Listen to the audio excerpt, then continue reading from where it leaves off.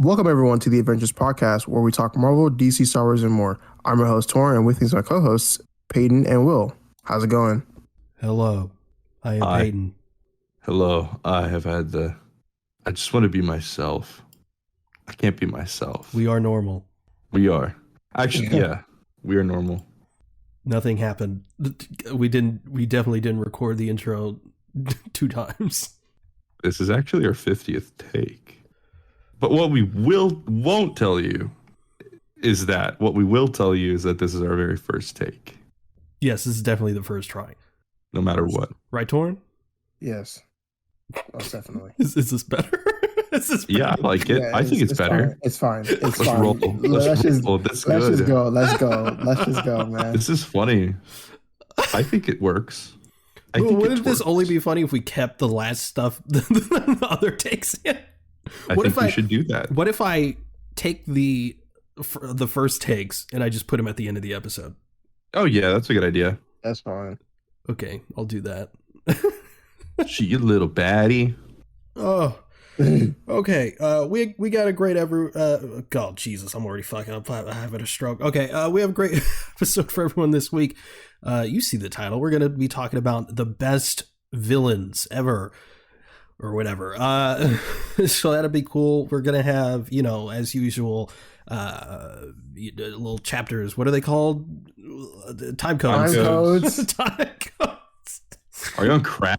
Bro says it's not even like, yeah. Well, I mean, they're called chapters on YouTube. That's. Motherfuckers are reading audiobooks now. What the hell? Yeah, exactly. We're gonna have time codes in the description or the show notes. If you want to jump around, you can go ahead and do that. But first, what you guys watch this week?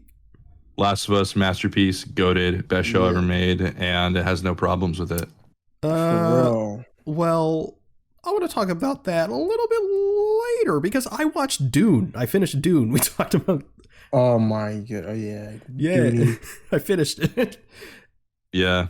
And so you didn't care that we spoiled it for you? Well, you didn't spoil it, so. Torin literally told you what happened, and he got cut out a million times. You remember that? Though the internet was so bad. Oh, right. And then you said that it wasn't funny.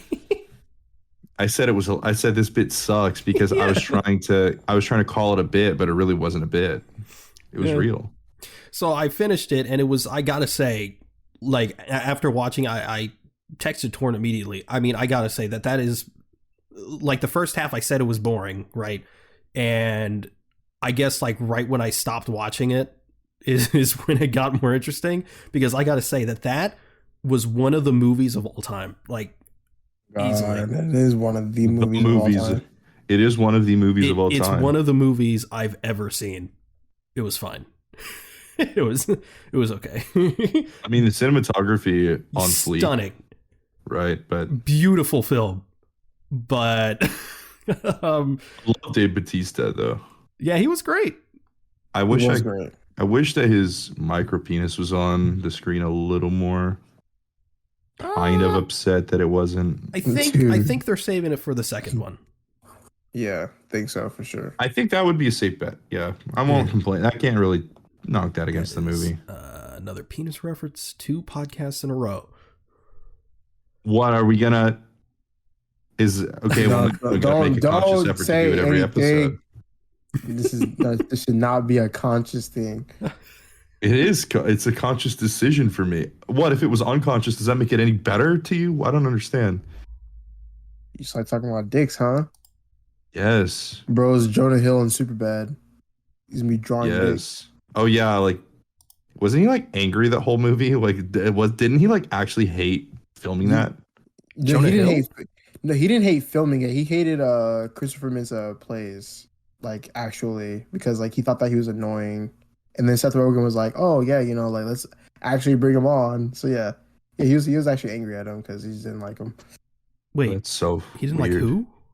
He didn't like McLovin. The actor who played McLovin. Oh, really? Didn't like him. Yeah, he actually didn't like him. Oh, because during audition, like, they were like, him and Seth Rogen were doing auditions, and of course, like, he was just kind of like fucking around, and of course Jonah Hill didn't like him. But Seth Rogen was like, "Oh, let's actually cast him." So he casted him, and he actually was like, yeah, he really didn't like the guy. And of course, like they're friends now, like years later. But still, yeah, Oh, okay, he good. really didn't like him. Anyway, Dune. I gotta say, I finished the movie and I was like, this is fine, I guess. And I was mostly bored throughout. But I gotta say, I wouldn't mind watching the second one. You gotta say you hate slow movies, but no, you do. I just didn't. You hate slow movies. Typically, I just don't. I didn't just necessarily care for that, despite me being oddly intrigued to see the second movie. Yeah, it was okay. I barely even remember it. Torrance said it was a masterpiece. It's not a masterpiece, bro. Torrance said it's one of the best movies he's ever seen. I don't know if I. It is the movie of all time, bro. That's all I gotta say. But that score. Torrance said that it could take his mom to dinner. The score is amazing, though. I will say. I gotta say the David Lynch version was way better. You truly believe that? Yeah. Do you truly believe that? Yeah. You're going to hell for that opinion. Like it's not great. It's not like God's gift to cinema, but Patrick Stewart is in it. How can you not like it? I mean, I like, but I also don't like Family Guy. But he's in Family Guy. Come on, Family Guy was funny for like a little bit, and then later on it became so mean-spirited and like. It was funny, and then I think it dipped, but I think it's actually I think like the most recent episodes are actually not that bad. Oh, really? I just don't like I really hate like cynical humor. Okay, like that. Yep, they got to you. I hate cynical humor so much. I just think it's like we get it. Like you're bitter. You hate having fun. Well, it could be ever since Seth MacFarlane stopped having anything to do with it. Well, I know that post-cancellation Family Guy is trash. But I guess Seth MacFarlane, I don't think. Yeah, he hasn't worked on the show for a decade. I'm pretty sure he said he only does the voices and that's it. Oh, is he still making like buku bucks? I mean, probably he is the creator. So he is my mom after all. Lucky? Oh, no. Didn't Seth MacFarlane do a song? He did a Christmas song with. Who was it? With like an actually famous singer, not Billie Eilish. It was like someone like you would not expect. Billie Eilish is so mid right now. You're just jealous that you're not dating her. Yeah, I do a better job. You do a better job. Christine, You hear that? You hear that he wishes he was dating Billie Eilish? I never said that. You did. Oh yeah, he did a song with Elizabeth Gillies. That was it. Yes, Jade from Victorious. And Seth MacFarlane and Brian basically singing a song together. What's next? I watched, go ahead, fine. Because Torn and I are gonna finally see the new Puss in Boots on Tuesday, right? We're seeing it on Tuesday. Please. So we're gonna see it on Tuesday in preparation. Because I haven't seen them in years and years. I rewatched Shrek 1 and 2. And then sometime this weekend I'm gonna watch Puss in Boots, the first one. I know it's not a requirement, but I'm gonna do it anyway. I haven't seen the first two Shrek movies probably since I was a kid, and for whatever reason, at some point I decided I'm gonna be different and say I hate Shrek. And yes, I'm dead serious. Because as a kid, I loved Shrek like everyone else. But yeah, at some point, I was like, I'm gonna be different, and I was like, I fucking hate Shrek. Shrek's ass. And I guess I said that for so long, I just started to like actually believe it, and I'm like, I don't like Shrek. I don't know what it is. I just don't like Shrek. So I rewatched it. Those are great movies. Yeah, they're fantastic. They're literally fucking amazing. Obviously, they're great movies. And also, it was kind of cool because there's that huge gap. And now, like, there's just a shit ton of references that went way over my head when I was a kid. Yeah.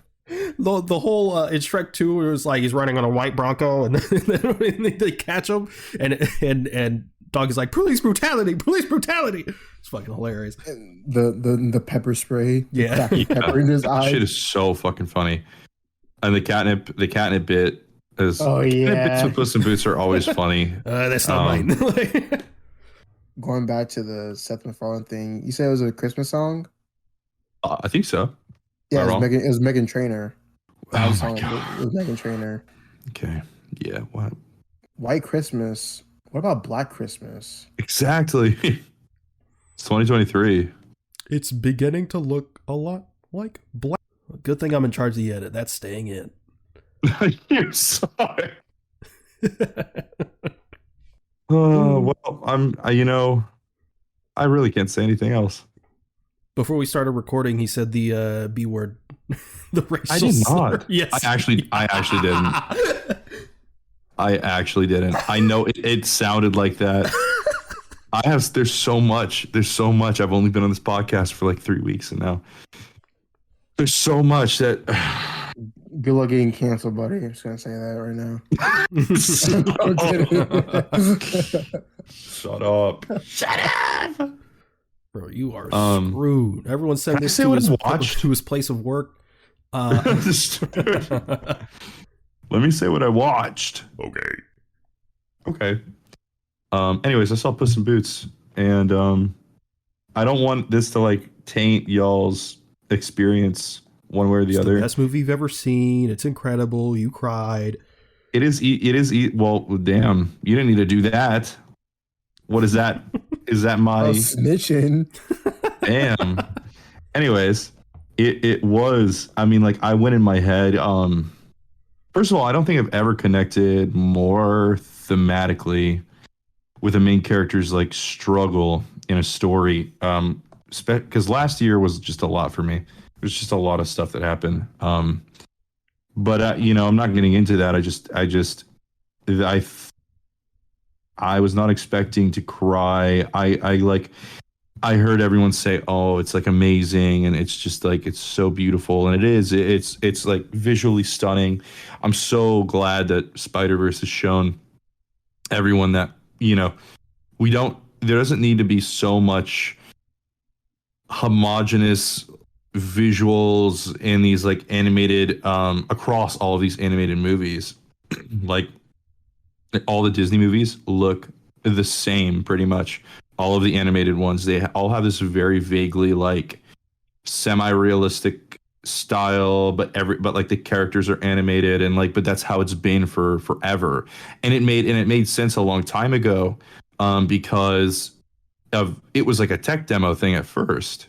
In like the early 2000s and stuff, but then it just stuck and people just kind of, that's just the status quo. It's accepted. And maybe in the case of like, some different character designs, largely they look the same. But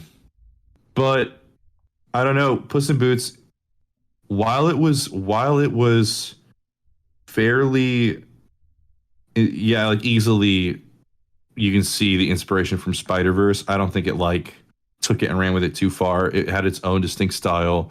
And the story was amazing. At first I was like, there's no way they're going to be able to like substantiate that Rotten Tomatoes score, like being better than Shrek 2 and all these people saying it's better than Shrek 2. Literally walked in thinking like, that's just not possible because Shrek 2 is just a masterpiece, but they managed to do it. In my opinion, it's amazing. Genuinely, I can't think of another animated movie that I personally like more. If that's recency bias, then it's recency bias. But I don't know, man. I've been like thinking about it for forever, like a really long. For a really long time, like for a week. I've been thinking about it, and 10 out of 10, like a legitimate 10 out of 10, legitimate 5 stars. Please watch it if you haven't. Peyton and Torin are gonna, I don't know. Yeah, we're seeing it next week. We will definitely give you our thoughts. Yeah, please. Whenever we record next. Torin, did you watch anything? Just watch The Last of Us, pretty much. All right, so we talk about The Last of Us then. Yeah, pretty much. All right, because I got stuffs to say about The Last of Us. Gosh, shit. Yes, I do. Why do you doubt me? Bro, you don't got shit, dog. I got everything. Trust me. Okay, so The Last of Us came out last week. Time of recording, the second episode will drop tomorrow. And I must say that this first episode, the pilot series to the highly anticipated show The Last of Us, based on the critically acclaimed video game The Last of Us, starring Pedro Pascal and Bella Ramsey, created by Craig Mazin. You literally no. Neil You Druckmann. don't say that's not his You name. really do have a lot to say. No, There's a lot no. of shit that we could But before look up. Before I say anything, you literally misspelled Pedro Pascal's name. I did not miss what? How? It's Daddy. Oh, my bad. Actually, you're wrong. Actually, it's Zaddy. So Zaddy. I'm so sad. He deactivated his Twitter account not too long ago, which fucking, like, I mean, good for him. Could probably mental health reasons, but he had some gems on that shit. He's a funny lad. Bro, the way he clapped back at some people, like, whew. So yeah. Love that man. He's on, is he there yet? Nah, I'd He's say on he's some on thin like ice. on like Brendan Fraser level of like protect this man at all costs. He's up there. Anyway, what an incredible piece of television. One of the like people are like oh, this finally broke the video game curse. I don't know about that because we've had, you know, the Sonic movies and Detective Pikachu. We've got some. Thank you for by the way putting that in there for me. Yeah, we've got some good video game stuff, but as far as like out of this world, like this is like crazy. This is it. This is it. Also, as far as just like adapting straight from the source material, like a straight up adaptation, not just like as good as Sonic is and as true to those characters as it is. Obviously, it's not like based on like literally, it's not like 1-to-1, you know. Whereas this is. Obviously, it takes liberties in some areas, which we'll get to, but whew, it is accurate, and it does it beautifully, beautifully. Yeah, I saw a meme where it was like Homelander crying, and it was like the Witcher producers when they realize all they have to do is just the perfectly written source material. Yeah, I saw that in your story. Because like, dude. It's not that hard. Yeah, literally. Just do what they already did.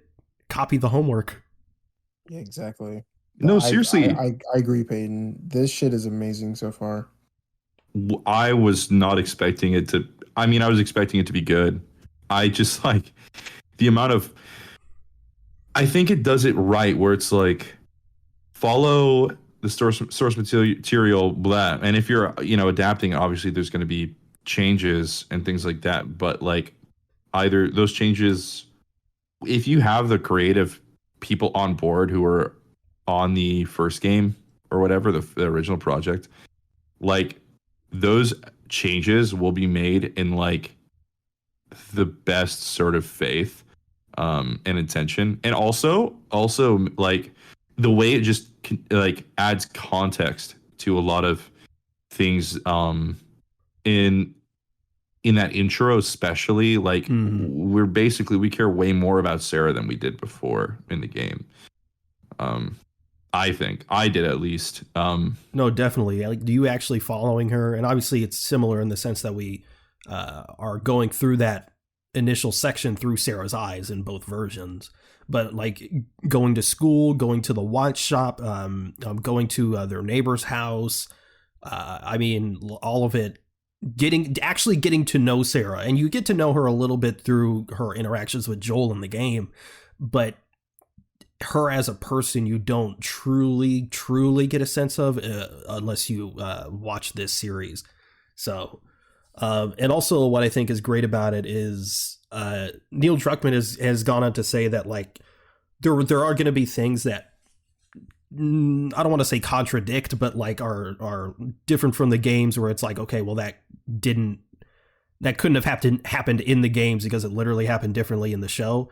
But he also said that stuff that's like completely not in the game, that's completely different, like her going to like the neighbor's house or something like that, you can assume that that was in the game and we just didn't see it. So it also just adds to the game in that sense. But yeah, like I was highly anticipating this, not only because it'd be great to see The Last of Us in live action, but also because I knew my parents, especially my dad, would love something like this, and he can't play video games for shit. So like actually getting him to watch this story that is, in my opinion, one of the best stories ever told in recent time, is incredible. And for them to do it justice like this is phenomenal. I have a mid opinion. The best story ever told is Shadow the Hedgehog. Okay, you're pissing both of us off. I hate you. But yeah, the best. I don't know, man. It's so amazing. It pisses me off that, like, I love The Last of Us, but Uncharted's my favorite, and it just pisses me off that Uncharted got the treatment it did. Still better than it has any right to be, but it really pisses me off that it. Imagine Mark Wahlberg as Solid. That's like the worst choice. I'm not gonna get into that, but Last of Us good. Last of Us peak, and I can already. I mean, Bella Ramsey, dude, nails Ellie. It's just so satisfying to see, like, how accurate the characterization is, with especially them casted as Ellie with Bella Ramsey casted as Ellie. It's like I know a lot of people were just in like a really bad faith way, like just like pissed that you know Ellie was going to be played by Bella Ramsey, like, oh, they don't even look like her, you know, like all this bull crap. And like, it's literally perfect casting. I mean, whatever works best for the story is what's going to happen. And especially whenever you have a creative team who cares this much about the source material and this much about what they're making, you know, just like, I just don't understand why it was that big of a deal in the first place, unless you're just a creep. Yeah, that is, when I said I had a lot to talk about, this is what I meant. The weird, disgusting backlash specifically Bella Ramsey has received. It's on some Jake Lloyd level shit. Unfortunately, she has seen it. She's talked about in interviews how she wasn't necessarily ready for it. So that really sucks, but I've seen some nasty shit. I saw just in general, just people calling her ugly. Weird. Number one, because like I like the implication that has, number one, but also just like, why the fuck, like, it's I don't even know, man. It's so weird to me. And I've seen people like call it, because obviously people are talking about The Last of Us, and so when someone's talking about Ellie's character, someone said more like the Down of Us, and like they're trying to make it they're trying to say that Bella Ramsey looks like she has Down syndrome. Like I've seen some fucked shit, and this is so bad for them. This is after the series has released, so it's just and you know, Pedro Pascal. I mean, there's some of that towards him, but like it's worse because we didn't get too much Ellie in the first episode, but also there's people that are like, her face is just distracting. What? Her face is, what does that even mean? Like and there's some people that are so, and this was going to happen regardless, and I knew it was going to happen, but it's still annoying to see where people are like, the absolute purists are like, everything's not accurate, so it's hard for me to watch this show. It's kind of annoying. Like, really? like I saw someone say, it really sucked that they didn't have the car smashed into them and they did the thing with the plane. Like, what? But yeah, the stuff with Bella Ramsey is just so fucking weird and I'm hoping, but it's doubtful that in the next episode they are she shuts them up, because she did such a phenomenal job with the little screen time she had. It's just weird. And also, she's supposed to be 14. Like we not forget she's supposed to be a 14-year-old girl. Like, Yeah, I just don't think like I don't like even if you have your opinions, which you're wrong. Like if their opinions like that, you know, like against Bella Ramsey like that, like don't. If you have opinions like that, you have to realize what you saying them is gonna sound like, at least, like in the most generous way, in the most generous like way that I could act towards these people. It's like they don't deserve it, but it's just like you have to realize at the very least the optics, at the very least, man. So you're gonna understand there's not a single thought behind anything that they're saying. They're just talking out of their asses because they're just like not to be dramatic, but it's true. Like they're just hateful people. I mean, I gotta assume that they're like 14-year-olds thinking that they're the edgiest people on the planet. no, dude, it's like 40-year-olds, bro.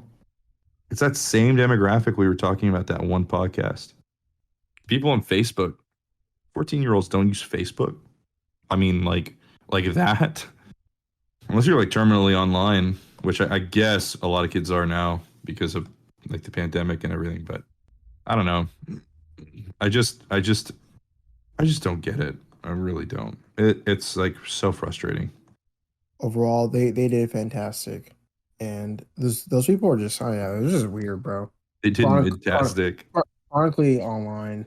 Actually, yeah. Actually, Chronically Online. But overall, I'm just more disappointed that I have to wait every week for an episode. I know they're trying to keep those subscriptions. They're trying to keep those subscriptions. Which I get it, but yeah. But overall, this is amazing. Part of me wants to just go play the game again. You shouldn't. The game's terrible. You're right. It's not like I went back on GameStop and tried to buy it, but you know. Just get it digital. Every game digital. Every game digital. That's what I do. I'm not even kidding. I'm gonna try to play it on my Xbox with hacks and technology from the 23rd century. Jailbreak your Xbox. For real. Dude. I can imagine there's some kids desperate to play some PlayStation exclusives who like looked up shit like that. Played the second Last of Us and that was horrible. I love the second Last of Us. What the hell? It's not. He did not. Not good. Oh my. What? Alert! This means it's time to get into my pants, everyone. If you turn your attention to the screen on YouTube, you will see a video of me unzipping my pants. What is in them? What? Okay. We're about to get Torn has not played The Last of Us 2. Don't listen to him. Yeah, you're right. I haven't. That's the random dancing. Because it's mid, that's why I want to play mid. Torn hasn't even watched a video playthrough of it. I did. What are you talking about? Oh, you mean a let's play? Do you mean a let's play? Yeah, that's what Kings call them. I've seen gameplay of it. I've seen walkthroughs from the Rad Brad. Not all the way through. Yes, I have. What are you talking about? I don't know why you're lying, man. I'm not lying. Torn is like actually pressed. Why did you make him do this? Like, what are you talking about? Torn is legitimately pressed, bro. Oh, dumb. Sorry, Torin. You didn't deserve that. Love when that my favorite part of the game is when that little kid gets smashed into the garage door. I like that part too. That's just funny. He gets rocked, bro. Oh, I love the part in the show where Joel smashes Ellie into the wall and he does the Mandalorian stance. I love the part when he says, "I can bring you warm or bring you cold," and he cuts her in half in a doorway. Oh, yeah. One of my favorite parts of the show is like if you say like I forgot the damn. I can't speak. If you say Beetlejuice 3 times, Beetlejuice will show up on the screen. If you say "find the light," I'll break your jaw. Yeah. If you say "find the light," I will come. I can't control it. I need help. Please, they don't have adequate medical care. I need help. I need help. But Yeah, their medical care sucks in the future. In that future, In the yeah, future, it sucks now. I have nothing else to say about The Last of Us. it actually does suck now. Let's talk. Oh, Let's no, talk we got about that. Let's talk political. We got politics. woke. Let's talk politics. Come on. Let's talk woke. Torn, what's your opinion on America's immigration process? I like that too. Dora. Will. I don't know what to say about it. Doran, that's really Say privileged of you. That's a yeah. really privileged Can we take. just move on to the news, bro? Can Will do his news first or second? Oh, yeah, sure, go ahead. Yeah. Wait. I'm gonna send you music to play for this part. It's gonna be. No, go ahead. What were you gonna say? I was just gonna say, just for time code purposes, it's time for the news of the week. Actually, time for Will's Corner. No, it's not. It's not a That segment. is what this is called. This is Will's Corner, where we're too desperate to actually give you any real news. So, me, the intern, I'm forced to come up with some random bullshit to throw at you. You're like sharks, and I'm like giving you chum. So this is according to literally everyone. If you don't know this, you live under a fucking rock, and if you come to us for your news, then that's actually kind of pathetic. But I have just opinions on this. Well, that's you just called our listeners pathetic. You're not pathetic. I think that you're beautiful creatures. I think that you are wonderful, and you provide so much to I was going to double down. Actually, they are ugly. Whoever's listening to this, they do smell. I can smell them a little bit, but anyways, I'm very passionate about this. I have a lot to say. So, Tron Ares, the sequel to Tron Legacy, is going forward with production, is expected to begin filming in August, and is indeed still starring Jared Leto. They have, don't know how to pronounce his first name, Joaquim, whatever, Ronning. It's like a Eastern European name. Directing. He directed Dead Men Tell No Tales. He directed Maleficent, and they have the script writer. Forgot his name, but he did write Aragon. So we kind of have, in my opinion, a recipe for disaster, ladies and gentlemen. This is DEFCON 3. This is DEFCON 3. This is the worst possible outcome. I can't imagine. First of all, after. Yes, okay. I'm gonna get into. Jared Leto is into some shady shit. Okay, I mean, a lot of this is just alleged, like the texting minors. That's alleged. Apparently, he's never charged with it, but James Gunn has like people like that, like people he's like in the industry are literally hinting that, like, hey, like, I think James Gunn made a comment. Someone was like, oh, like, someone made a comment about Jared Leto flirting with him in a weird way, I think, where it was like, oh, like, are you looking for anyone between the ages of 18 and 24, like, whatever, to start a relationship with? And James Gunn was like, Jared Leto starts at 18? It's like, you know what I mean? And it's alleged that he used yes, I remember that. Yeah, it's alleged that Jared Leto has used his position of as the lead singer for 30 Seconds to Mars. Should have stuck to being a singer. Seriously, the kill is amazing. It just sucks that he turned into an admitted cult leader. I don't think it's an actual cult, but I do think it's sus that it's like, I mean, these people are in this island with this guy who is calling them his followers. They're all wearing white.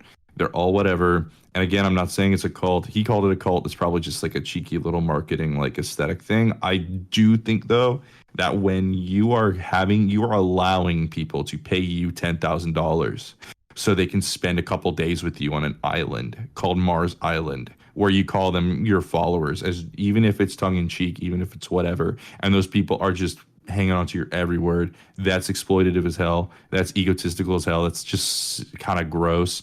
And that's not even to mention all of the on-set shit, stories and anecdotes that we have of Jared Leto and his behavior. And then, like, beyond that, we have actually,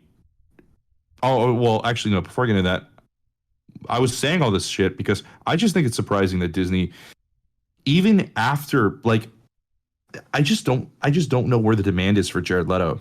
I understand they have their theme park ride opening. They basically copy pasted the Tron coaster from Hong Kong Disney World or Disneyland into the Disney World in Florida and Epcot. They're building it, or Magic Kingdom. I don't know, but they're building a Tron ride. It's gonna be slay. It's gonna be awesome.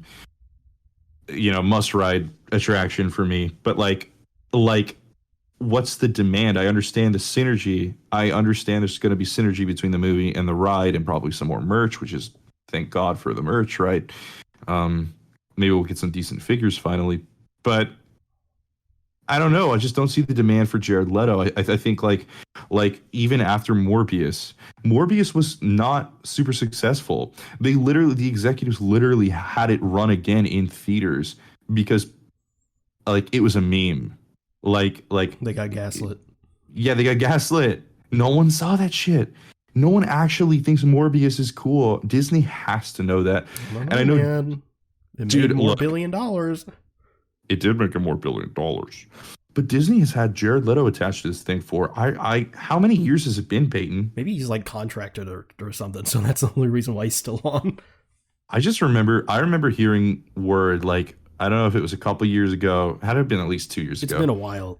Yeah, where he was like, oh, or where rumor broke that hey, Jared Leto is set to produce and star in Tron Ares, and the title was like out and everything like that. Like we knew like about the title, we knew about Jared Leto.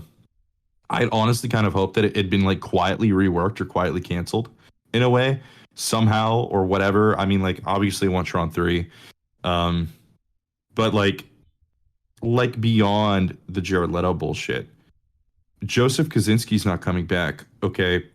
And he was like, I'm gonna be real with y'all. The story for Tron Legacy is not all that, okay? It's just not. That movie is carried by its aesthetics, its visual language, right? And its music. It's world building. I think like all of that stuff, the spectacle or whatever, that is what carries that movie. The story's not bad. I think it's better than Avatar's, but it's carried by all of these things. Joseph Kosinski and Daft Punk were two of the probably biggest elements that went into Tron Legacy being as much of a cult classic as it is. And now they're gone. Daft Punk, they're not together anymore. I don't think they're necessary for a sequel. I think Ludwig Göransson, composer for Mandalorian, composer for Wakanda Forever, he could build a really like solid new score based upon the groundwork that Daft Punk laid in Legacy. I think that's like, if I was an executive, he'd be my choice, right? But like Kosinski gone, and not only is he gone, but he's replaced by the guy who did Men Tell No Tales, which is like still better than On Stranger Tides, but it's still like it's in the weird category of the Pirates movies that of the ones that like they're just ancillary. They just don't really matter to a lot of people. More power to you if you like it. Maleficent wasn't a terrible movie, but it just like it begs the question, like, is he really the best fit? Like, you know, why? No, you just need someone to pump something out. Exactly. It pisses me off. It's like in the very best case scenario, this movie will be good, but Jared Leto. Like good except Jared Leto. And then also maybe it'll pave the way for some like awesome new Tron AAA game, hopefully. I know the one that was announced last year. I remember being so hyped when I saw the Tron logo at that, like, I forgot what I don't know if it was like Games Fest or whatever, dude. I don't care. I just remember they showed that the same show they showed the Captain America Black Panther game. And I was so hyped because I saw the Tron logo. I'm like, oh my God, here we go. And it's a fucking visual novel. So hopefully this means we at least get a AAA Tron game. And then also maybe because I know Disney's been renewing a lot of things. They renewed Clone Wars. They renewed Phineas and Ferb. They're doing Proud Family. They're doing all this stuff. Maybe Tron Uprising will have a chance to have another season, because I mean those storyboards and animatics are out there, and they're pretty. A lot of them are widely available to be seen by the public, and they're really good. Tron Uprising shouldn't have been canceled. Like, also, oh, dude, I've been rambling too much. Last thing I'll say is the ideal move, if they couldn't have gotten Garrett Hedlund back, they couldn't have gotten Olivia Wilde back, which I don't think we even want her anymore, right? So it's just whatever. Should have just got Elijah Wood from Uprising and done some sort of a continuation of that story. Done something set there. Because at the very least, like, there's groundwork laid there. And maybe not Elijah Wood, maybe, I don't know, whatever. Just like, there are so many better options than Jared Leto. I know this is cliche, but like Ryan Gosling. Like, easy. Like just have him be someone. Why are you calling him Ryan Gosling? It's Barack Obama. Sorry, Barack Obama. It would be cool to see someone. I don't know. There are like a lot. There's also like a lot. There's a lot of new blood since Legacy came out. A lot of new talent to pick from. If you wanted to pick a big name, there's so many to choose from right now, and probably plenty that aren't snatched up in contracts or whatever. So we'll just have to see how it pans out. But I don't know. But yeah, that's. Sorry to hog it, guys. What are y'all's thoughts? Tron sucks. So Okay. I mean, I would definitely like an installment of Tron, and I would definitely check out Tron. It always has been very interesting to me. I love, like, you know, I've always loved the aesthetic of it because, you know, I've seen like clips and edits of it on, like, you know, social media. But as you know, like you said, you know, Jared Leto does have his problems. You know, and like you said, if the movie is good, it's always gonna have Jared Leto attached to it. But overall, I am optimistic about things, you know, just like movies and films in general, even though they have problematic people and actors. So I mean, all I can really do is just wait, pretty much. yeah, I can't. I'm not a huge Tron fan, so I can't really speak to like how well it can be executed. But I can say that I'm immediately disinterested because Jared Leto's in it. Yeah, I hate that was guy. like a that felt like a kick to the. I mean, for me, this is the sequel beyond any other that I've been wanting. Like, Tron is easily my favorite Disney franchise. That, I mean, obviously it's not Marvel or Star Wars. I mean, like, just Disney shit. Tron is my favorite, and I was so just wanting a sequel. We'll just have to see how it pans out. Hopefully it's still best case scenario, and I'm pleased with it at the very least. You know what I mean? Yeah. Next thing I'm gonna say, news. Sonic Prime was renewed. Thank Christ. I didn't think it was gonna be renewed. Yeah, my video is obsolete now, which I'm not complaining because Sonic Prime is my favorite Sonic show.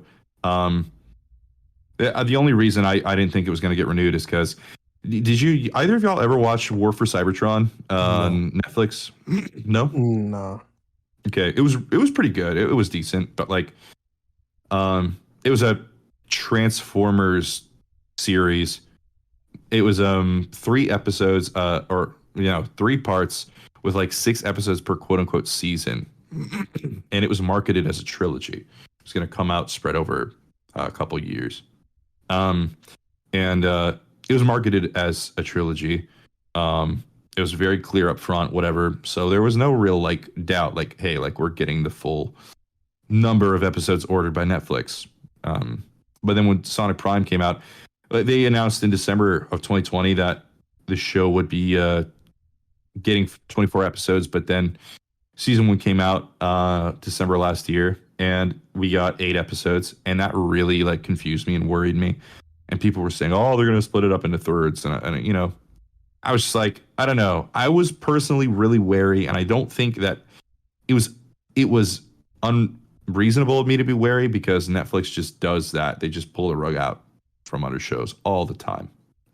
So, especially recently in the recent behavioral trends of Netflix and streaming services, I just was like, you know what? I'm not going to get my hopes up. But it's coming out this year, the second part. I can't wait to see it. And yeah, Yeah, slay. Period. Girl boss. That's it. That's it. That's Will's corner. Oh, sorry. One last thing. I know y'all saw the Hugh Jackman post, the cheeky little Hugh Jackman post where he posted the mask, the Boss Logic mask, Wolverine mask, really teasing everyone. But this is actually kind of a scoop. According to the cultured nerd, Hugh Jackman's going to be in the suit. I pretty much think everyone was kind of expecting him to be in the suit. I know Peyton has like his opinions. I would be disappointed if he wasn't. But I don't have opinions. I just if he's not what everyone else says. If he's not in the suit, I think that would just be the biggest waste of potential ever. I think Feige knows. If he better open up that cap and let his brain loose and realize that we need the suit, because that suit, if put on, could be one of the best comic book suits, like next to Deadpool. True. So accurate. It's one of those things. I have friends, and it's just so confusing to me. I don't understand how this take is still something that people have, where it's like, well, it just would not work on screen. It's like, dude, we got the only reason we have Spider-Man on screen work as well as it does is because in his first movie, they just went balls to the wall, put him in spandex. Okay. We didn't have any like failed attempts or weird like redesigns. Like it was just spandex Spider-Man with some raised webbing, early 2000s aesthetic flair. Wolverine has been put in black leather or like just a tank top or a jacket. You know what I mean? And like, yeah, that's like Logan, like that is very Logan. But when we got like cock teased that suit in that deleted scene for the Wolverine, which by the way, great movie, super underrated. That suit. We were so excited. Too. Yeah, the suit looked amazing. I do wish it was a little less like tactical and like angular, but whatever. It's still a yellow suit, right? That could work. We have Captain America, the Sam Wilson in his Captain America suit, looking amazing. Okay, and you're sitting here, you're telling me like you're not gonna buy Wolverine in his yellow suit. It's literally badass suit. It's like such a badass suit. Like, I don't know. But I'm really excited. I'm really excited to see it. Yeah, and Marvel always finds a way to make goofy shit work. So it's like their bread and butter. Yeah, it's true. It's true. As long and I mean, there's a recipe too, right? It's like you treat the source material with that's a very specific word, but verisimilitude, right? And then you just whatever else needs to be done, whatever flair you want to add to make it work on screen. And as long as it's grounded in like some semblance of like, whenever I say a movie like Endgame is grounded, I mean like the emotions are grounded, the characters are grounded. You could literally, dude, you could tell me an elephant shot Thanos up his nose with a Nerf gun and that it killed him and that he turned into like sparkly dust. If you wrote the elephant well. Like, I would believe it, and I would probably cry if it was done correctly. It's pretty cool. So, elephant. Yeah. Yep. But yeah. That's Will's Corner. That's Will's Corner. Thank you for listening. Oh. We got some more Marvel news. This is according to Daniel RPK. It's rumored there will be multiple Kang variants in Loki Season 2. So, I mean... Part of me was a little concerned that we wouldn't see Kang at all because it didn't seem to be anywhere as far as like confirmed cast goes. So despite it being like heavily teased in the finale for season 1, so I mean multiple Kang variants, I'm down. Just more things for Jonathan Majors to play around with. So more Kangs. Yeah, Jonathan Majors is easily like one of the Marvel's best assets right now. Such amazing talent to have. And he's like, he nailed the Kang variant in Loki season 1, and it looks like he's just like no holds barred, like he's not like coming to play in Ant-Man. Like I'm Yeah. so excited, you know. But then we have DC news, and this is concerning news. Apparently, well, not apparently, there was a leaked image for the new Suicide Squad game from Rocksteady, and it shows both a in-game store and battle pass. So look, I think people really like blow up microtransactions as like this insanely negative thing. And while I agree, it's better for a game to just kind of give you all of its cosmetics in the game for you to unlock. I don't care. I really don't mind buying skins as long as I'm not buying progression, as long as I'm not buying an unfair advantage in like a multiplayer game. I literally could not give less of a shit. Fortnite's one of my favorite games of all time. I think that it's or current games of all time. Sorry, all time. Take that out of there. It's one of my favorite games right now. Okay, their model is good. I think that you get a good amount for your money. You don't need to get the battle pass, but it enriches your gameplay because it gives you quests to do, and it doesn't make it easier for you to win. It just helps you get cosmetics, which is fun. I mean, obviously there are some predatory elements to their tactics for like kids, you know what I mean? They're targeting that, but like other than that, I really just don't have an issue with it. Now if it's gambling like loot boxes, that's pretty sus. But I mean, what is it, Suicide Squad multiplayer though? See, I see what you're saying. And ultimately, I do agree. But difference there is Fortnite's a free game. Microtransactions and a battle pass should not exist in a fully priced game.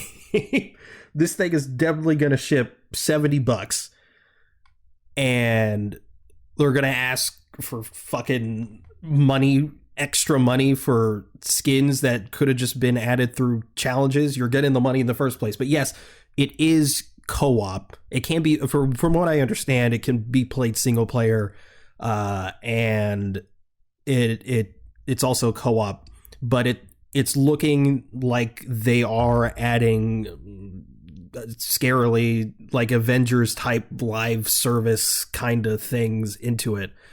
And as good as Fortnite's model is as far as their store and battle pass, not every game needs to copy it. Not every game needs a battle pass. And like we got Spider-Man in 2018, every skin other than I think there was some pre-order stuff. No, those you could unlock. The pre-order stuff, all of it was unlockable in the game except for the DLC skins. There were like 3 skins per DLC. Oh, right, because the DLC story. packs. That's right. Yeah. Yeah. But, you know, those obviously come with story and like extra gameplay and stuff like that. So even then, but like, I do have some faith because it's still Rocksteady, but the fact that it's there is concerning. But also, you know, it's a leaked image. It could have been from an old build. Maybe there isn't a battle pass or a store, but I don't know. I'm worried. There's another leaked image out there that's kind of worrying me. I don't know if that's a part of the news or not. What? Dark Flash. Oh, yes. Oh, that shit is so horrible. Don't even remind me, bro. Shit's ass. I didn't add it because it could be spoilery. I don't care, bro. Like, no one deserves to have that shit. Oh my god, dude! He has like he has Doomsday's keratin all over him. It looks awful. Why does it look like Black Lantern, like Flash? Like, dude, that suit reminds me of the Rival from CW. Yes. It's so bad. Yeah, it's very bad. It's very. I thought that it was gonna be. I was worried whenever I saw the Keaton suit repurposed into a Flash suit. I know a lot of people like that. I think it's really ugly looking. I do too. And so like, I'm like, so I'm not like surprised, but there's so much about this movie that comes out and it just makes me roll my eyes. And I know everyone's like, the test screenings are amazing. The test screenings are, dude, it looks like, I don't know. I am like, I want to see it, but I'm not even cautiously optimistic. You know, I hope it's good, but I don't think it will be. I don't know, man. How can you fuck up a Flash movie, dude? It's so easy, I swear. Flash is just Spider-Man, but he goes fast. I'm gonna send you guys something in the Discord that's what this fucking suit looks like. Dude. Bro, I can make a better Flash movie, bro. I swear I could do it. Dude, no. Look at that shit. That's exactly what it looks like. No, dude, yeah, but just replace the guy wearing it with Ezra Miller. A zombified Ezra Miller. That thing looks like it needs lotion desperately. That thing looks like it's sun bleached. Like in the SpongeBob episode, it reached sun bleached levels of tanning. Like, I know it's Andy Muschietti, so there's gonna be probably a little bit of horror element to it. It'll probably be fun, but like, dude, even if the test screenings are right, again, sort of like the Tron thing, it's always gonna have Ezra Miller. Yeah, exactly, dude. At this point, I'd honestly rather Tron 3 be led by Ezra Miller. Oh my god! Literally. Yeah, dude. So what you're saying is you want Tron to take place in a prison cell, and everyone suits a jumpsuit. I would rather that. Have y'all seen that there's something on there's something on the dark web that I heard about where you can what are you doing on the dark web? Wait, no, I'm not doing anything on there, but it was in this like YouTube compilation, whatever, this guy.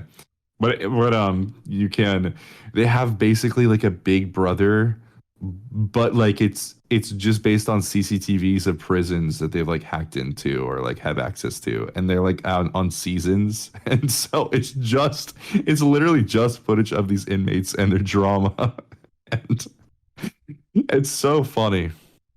That's so funny. Bro's on the dark web, bro, for real. Bro's on the dark web. It's browsing. Yeah, dude. I bought it's like remember that guy? What's his name?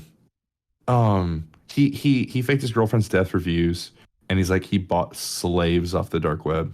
What? Yes. He said that he bought slaves off the dark web. His name was like, what's going on? Oh, J Station. Yeah. J Station. He's like, hey guys, I do not go to Chick-fil-A at 2 a.m. guys. And then he like ended up getting like in a lot of legal trouble. Oh, that guy. Yeah. Legend, by the way, on YouTube. Legend. Absolutely. Sorry. I'm so sorry. I have ADHD, so it's just kind of, I'm really sorry. I took it there. Mandalorian Season 3 trailer came out. Boring. Wow. Mid. Wow. But we're going to get to see Order 66 again. I am excited. I know people are kind of sick of it, but I really would. That's what the connective tissue. That's the connective tissue of the entire universe, story and universe. That's so the crux of everything.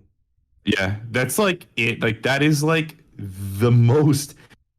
I feel like everything that is interesting about Star Wars revolves around that somehow, in some way, shape, or form. True. So always leads to Order 66. Yeah, true. Or from it, yeah. Yeah. Well, in the trailer, I got to see Babu Frick, so I'm happy. And his girlfriend, or wife, or mom, or whatever I mean, it could be all. It could be his mom, and he could be fucking it. So how do we know it's you don't know? I mean, it could. Hey, he could be in a very progressive relationship. It's the first openly gay relationship in Star Wars. Dude, I love how the first gay kiss we got in Star Wars was like the live slug reaction. I love that shot was longer than the shot that they had of the gay kiss. Like the shot immediately following it I think his name was like, what is it, Klaus? What is his name? What is the name of that yellow ass slug? Live Glupshido. Dude, Glupshido is looming over the entire. Okay, his name is Claude. Yeah, Claude. The shot of Claude was like 3 seconds, and the shot of the gay kiss was like 2. Really funny. The slug just stands there. To be fair, Claude is a legend. He is. Claude, Max Rebo, Babu Frick, like they're the Trinity. Like I forget Han, Luke, and Leia. I mean, come on, it's them. It's really them. People talk about Jar Jar being like a Sith Lord, but Claude? Dude, you know what? Hot take. I actually hate the stupid like meme of Jar Jar being a Sith Lord because I think that he's interesting and a good, funny character without having to be a Sith Lord. Like he's just fine as is. I love Jar Jar. Straight up. Yeah. Jar Jar's a good character. But yeah, I think that's the news. Nope, he's a good character. No, he's not. That's the news. Yeah, he is. It's time to move on to our topic, which is the best villains of all time. Torrent. All right, this is an obvious one. Obvious. Darth Vader. Iconic. Forever and ever. Iconic. If you don't think so, then you suck. Literally, like, just one of the most intimidating people to ever be on screen. Till Disney ruined him. Yeah, so Disney ruined him by dropping fucking Rogue One of the best Star Wars movies ever. I honestly don't like Rogue One as much as everyone else does. Oh my god, shut up, get off. I love Andor. Yeah, I don't. It's just mid. Yeah, we know you don't. You still haven't fucking finished it. I've been on this podcast for 4 fucking weeks. Yeah, no. That shit mid as hell, bro, for real. Anyways, yeah, Darth Vader. Amazing. Incredible. That's it. All right. Who's next? Scott Payton. What? Me? Yes. Oh, okay. I'm gonna go with, since he went with an obvious one, I'll go with a bro just blushed. You could hear it. I could literally hear it. They picked it up on the audio. You can see it in the WAV file, waveform. I'm gonna go with a less obvious one because he went with an obvious one. Zemo. Yes. From Civil War. Yes, I put that on my list. Probably the most underrated villain in the MCU. Zemo's fucking amazing. The only reason they lost in Infinity War is because of Zemo. It's true. It's true. Bro didn't need to throw a single punch, and he beat them. Or use his mind. He's just that guy. Pisses me off that he's not in like the main lineup of the Thunderbolts cast, like as like their leader. I don't know, man. I might have something to do with that. All right, I'm the one rewriting the script. Oh damn. Okay. So all right. So you want to see something soon? Just wait. Okay, I'm waiting. I trust you, Torin. Thank you. You're just so hot. I just trust you. Thank you. Yeah. All right. All right. I have a very obvious one. Best villain of all time. L. Dr. Doom. L. It's Dr. Doom. Dr. Easily. Doom? Easily the best villain of all time. Shut the fuck up. From fans stick. Yeah. Yeah, from Fan 4 Stick. The best movie of all time. Okay. Yo, shut the I'll give you some points there. And it's a fantastic film. Shut the fuck up. No, thank you. Dr. Doom is the best. He's the blueprint. He's the inspiration for Darth Vader. So yeah, he's the blueprint. He's the GOAT. Yeah, and then Darth Vader did it better. He didn't. Have you read Secret Wars? Oh wait, you don't read comics. I do read comics. How dare you? I was actually going to ask Peyton, not to be gatekeepy. This is not a gatekeepy thing. I was just wondering, did you start reading comics or did you start watching the MCU? Like, what got you into the fandom? Like, are you like more into the MCU or the comics, or like, did you start with the MCU and you got into the comics a little bit, or did you start with the comics? Oh, I did. And that informed. I started with Raimi, Spider-Man 1. Okay. But No. I meant like, okay. But yes, I was into the MCU first. I didn't really have comics. Okay. It's kind of an expensive hobby, or it can get expensive. They are. They definitely are. I did like chores, and I would ask for them, for birthday and stuff. But I would do chores just to get like trades. And then eventually in high school, I was able to kind of save up a lot easier. But yeah, I only started to like actually get comics recently. I read like sort of back in the day. I read some digital comics, but I mean that's the best way to read them, in my opinion. I only had a handful when I was a child. When you were a wee lad. Yeah, but yeah, like Torrin has like when I was one a of the boy. entire like Daredevil runs. Like bro's freaking popping off with buying comics. I'm just here. I got, I got Spider-Man Life Story. I got a couple. I got Civil War. I got a few loose Spider-Man comics. I got. Oh, yeah. I can't remember. Okay, so yeah, I definitely spent like more than like definitely $1,000 on just Daredevil comics alone. Definitely more than that. Torn. What's up? Can you put the mic closer to your mouth? You shut the fuck up. Damn. It was just a suggestion. No, it's okay, Peyton. Because Peyton, you're just okay. a little quiet. No, Peyton. Hey, it's okay. Torin, dude. We talked about this. Are we gonna have to cut this? Are we gonna have to cut this? I don't know, man. I think maybe we should. Well, we want to take 5. We'll restart. Yeah, let's. I'll take it. No. Okay, you're okay. You're okay. I'm good, man. Okay. Torin, come on, dude. Come on. I haven't taken my meds. Worth. But yeah, I don't really. I spent so much money on Daredevil comics, and like I said on the last podcast, I was dumb enough to spend money on like just individual copies rather than like an omnibus. The trades, man. Or like a collection. I will like literally before it closed down, I went to Gravity Damage, and I would literally just like buy the Bendis run, like literally just individually, just try to find all of them. And until then, I was like, I'm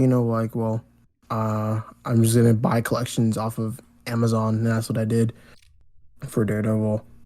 It was pretty pricey, but I think it's worth it because I got like most of the run. I don't have the last rights run, but I have like technically like the main sources for Daredevil. Y'all hear Comixology might be going away? Yeah, well, it's upsetting because I don't know. I think that's just the best way to read them. I know physical collection is just amazing for display purposes, just to have it, but like it's certainly easier to have it. I think the guided view, because I have ADHD, right? And sometimes amazing art will just distract my eye. If it's at the bottom of the, like I turn a page, right? I try to read the top right, left of the left page. Maybe there's an amazing 1-page spread of art on the right, and my eye just darts to it, and I kind of spoil it, But like that way, there's like there's such a better flow. The story flows better. I think just easier. Yeah, I get that. I just can't. For whatever reason, like when it comes to like games and stuff, I'll buy digital all day. But when it comes to comics, I don't trust any of the digital markets. I feel weird buying them digitally. Well, that's why. Well, I mean, comics. Like, here's the thing. So this isn't legal advice, but just pirate them. For legal reasons, that was a joke. Wink, wink. It was a joke. Yeah. But if you're not the NSA, or like anyone like Amazon, or just get like a comic book view reader with a guided view. Shouldn't be that hard. But what I do is I have the Comixology subscription, and I try to just stick to whatever's on Comixology. And other than that, like if it's like super expensive, I don't know, man. I'm reading all the Wolverine comics in order right now, and I've been buying them all on Comixology. I think if Comixology goes away, they're still on Kindle because I know it's the same shit. It's just a different app. The only one Wolverine comic I have is Origin. That's it. Oh god, that's amazing. It's one of the best comics I've ever read. One Wolverine comic, and it's Old Man Logan. That was the one that started me off in middle school. I remember, like, for Wolverine. Yeah, that was because I was into Wolverine based on for me. I started with the cartoons and Raimi's Spider-Man. That's what got me into superheroes. And like Wolverine and the X-Men, all that stuff. I was really into those, but my first comic book I ever had was a Nightcrawler comic. That was the very first character I ever read a comic of. But I met this guy, I'm not religious anymore, but I went to a church camp in middle school. I met this guy and he was super into comics. My youth leader was also really into comics. And so they both were like talking to me about like, oh yeah, Old Man Logan, and he like does this, and there's Red Skull, and he cuts his head off, and it's awesome.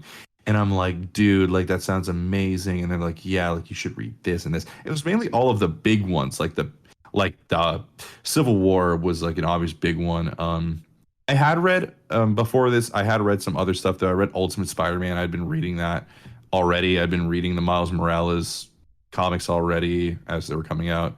But like for Wolverine, Old Man Logan started me into it. And while I don't really like a lot of they brought him into the main universe. While I don't like that a lot, I do think that the first story for Old Man Logan is really solid. And there's like a definite like I mean, there's a reason why it's so popular. I mean, it was kind of adapted into a film. Very, very, very, very, very. It was more of an inspiration for a film, but yeah, Slay. L. L. L. Actually, that's an L. Whose turn is it? Torrance. So it's mine. Yeah. Well, yeah, you said Doctor Doom. For me, another underrated one, kind of, I say properly rated. Bullseye. Oh yeah. That Especially man, in the show. yeah, oh my God, season 3, he's incredible. Because he's just Matt in a mirror. So Really, good.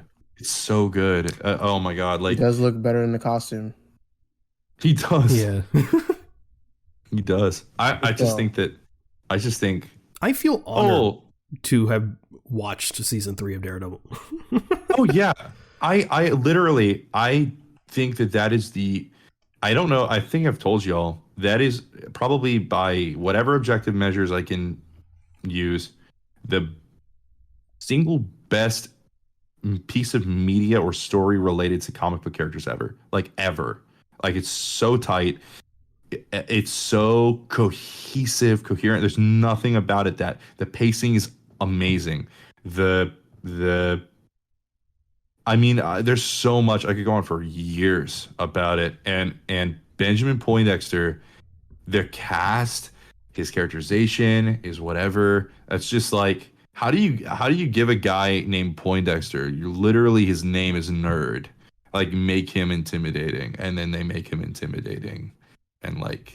And not only that, but like they like had to kind of work around like his backstory because it was pretty confusing, which was like really cool. Mm-hmm. Yeah, the way they worked that in was beautiful. So, yeah, like that's just Wilson Bethel just did his absolute best on that role, and it's a shame that all those Netflix shows got canceled, but hopefully we do see him again, and like later on in the MCU. I can't wait for them to Disney-fy him. Disney-fy him. Oh yeah, dude, shut up.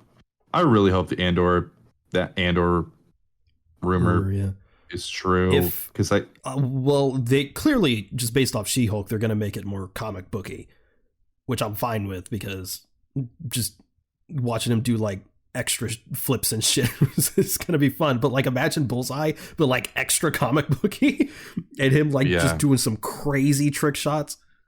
I mean, he did a lot of crazy trick shots in The Office. He did, yeah, but like in that one scene I remember shit. like, I mean, how do you make someone take that seriously? And then they did it. Yeah, exactly. Like just phenomenal. Yeah, someone whose powers like can just use like anything at their advantage to like trick shot shit.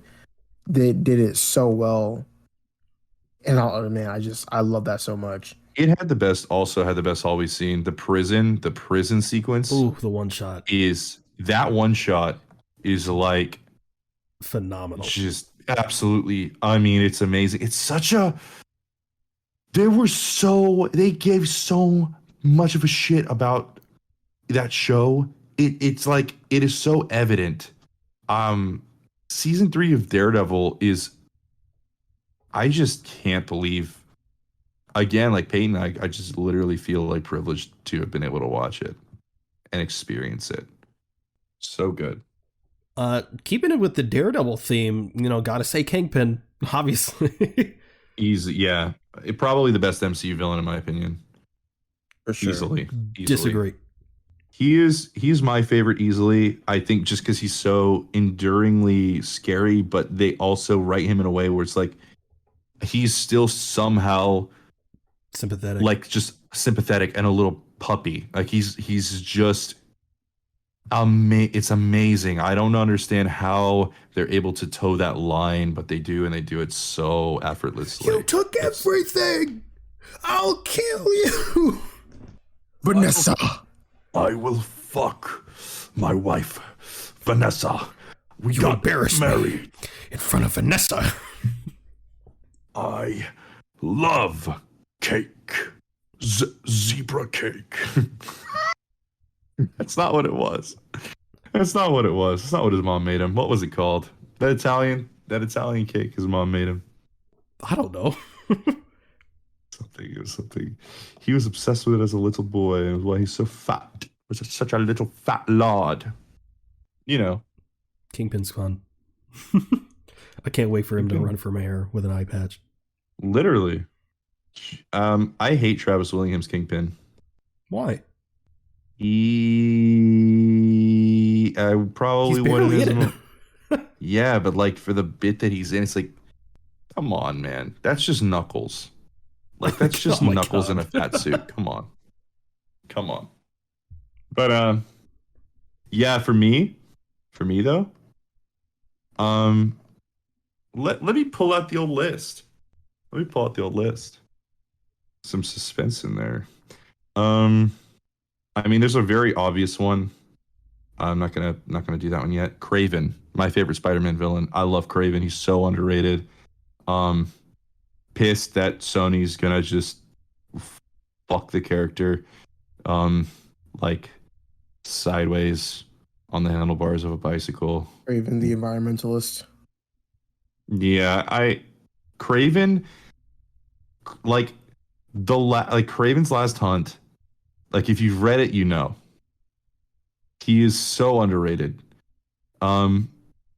He's awesome. I love Kraven. Yeah. Okay, next. Next. I'm gonna just say Ultron.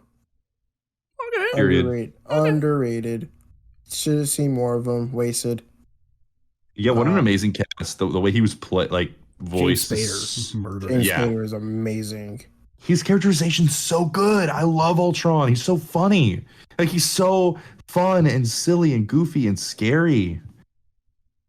Bro's like, dude, he literally wanted to kill the whole world because he saw the internet. Accurate. These guys are fucked. He stepped foot on 4chan. Yeah, as soon as he got to 4chan, he was like, "No, they gotta go." As soon as he stepped on Twitter and Reddit in the attosecond, he wanted to destroy the whole world, man. Crazy, but man, in his dialogue too. Ooh, a very good dialogue. I know. Once had strings, but now I'm free. Oh, god damn, that's a good ass quote. That's an amazing quote. Pinocchio, man. The omelet line. I was gonna say. I know people point to that as like a LMCU humor moment, but that shit is so funny. I thought the only L humor moment when it comes to Ultron was when he forgot the word children. I thought it was still like acted well. Like it was acted well, but like bro's a robot. He knows everything. It doesn't make any sense. I think that it's a throwaway line, so it's like it doesn't like ruin anything, but it's like the way I always interpreted that was like he knows what children is. He's just being funny. Like I literally just thought that was theatrics to him to just show that he literally doesn't give a shit about like who he's hurting. Like I just thought that was more of him making a point, but to him kind of like in a way like, oh, nobody else will get this, but I get it because I'm just like that guy. I'm like that guy, That's how I always saw it. I guess. But yeah, the omelet line was fine.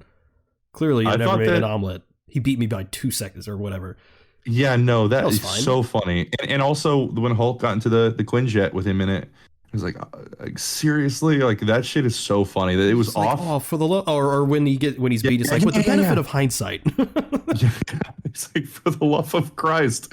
Yeah, so good, so good. Nobody talks about him. I just think that movie in general is also better than the first Avengers movie, but that's a really hot take.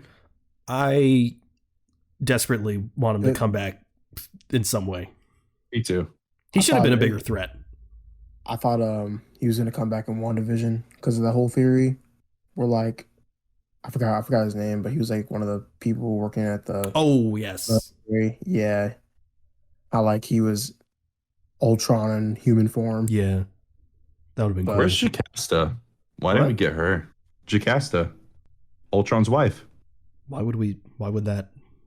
Because she'll be the new Ultron. No. So the MCU guys, come on. What if when they introduce adamantium, it's Ultron?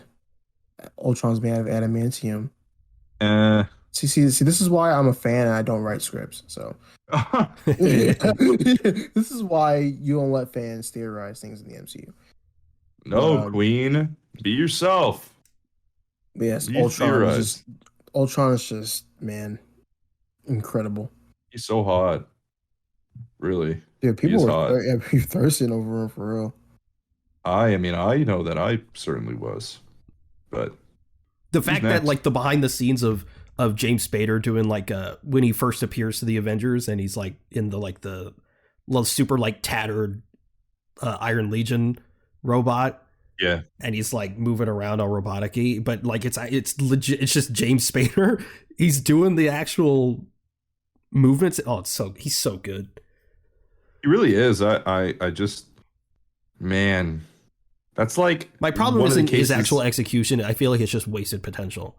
Yeah, exactly. This is the case of wasted potential where it's like, oh, it's not actually like he was executed badly, but it's just he's wasted potential because he was so good and we just didn't get enough. It's not like Malekith where like you get an amazing actor and he's literally the worst villain of all time in your movie. Yeah. Like in your franchise, you know? Yeah. And it's just another case of, especially in those early phases of Marvel, just killing their villains for no reason when they could just be an interesting recurring character.